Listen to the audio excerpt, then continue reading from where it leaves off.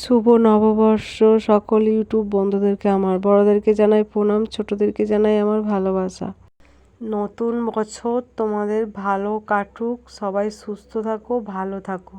Sonai ready হয়ে গেছে, আর কোথায় যাচ্ছে দেখতে হলে ব্লগটা দেখে নাও।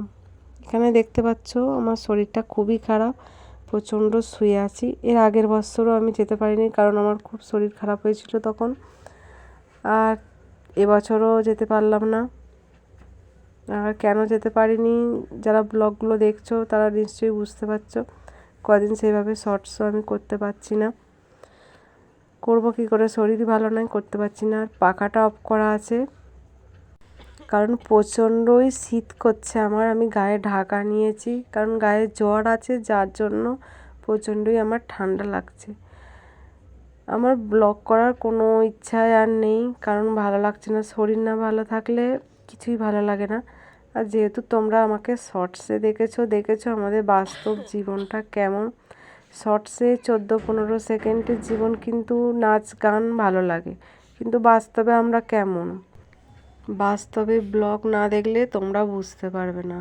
কারণ 14-15 সেকেন্ডের নাচ গান করে বেরিয়ে যাওয়ার ক্যামেরার আড়ালে আমাদের দিনটা কিভাবে কাটে সেটা তোমরা ব্লগের মাধ্যমেই দেখতে পাবে। অনেকে আছে যারা ব্লগে আসে, তারা মেকআপ নিয়ে আসে, ভিডিও অনেক এডিট করে অনেক রকমভাবে। আর এখানে আমি কোনো এডিট, কোনো ফিল্টার, কোনো কিছু নিইনি। আমি সেটাই এসেছি বিনা ফিল্টারে, বিনা মেকআপে। এখানে সোনাই রেডি হয়ে গেছে নতুন জামা পরে, একটু মেলা আছে, ও মেলায় যাবে, আর আমি বাইরেটায় বসে একটু ভিডিও করছি। যাবে যে কারণেই রেডি হয়েছে। আর এই যে বললাম যে পয়লা বৈশাখের ওর জামাটা আনার পরই আমার শরীরটা খারাপ হয়েছে। এই যে জামাটা দেখে নাও, এটা হচ্ছে সোনাইয়ের জামা, গরমে ফ্রকই ভালো।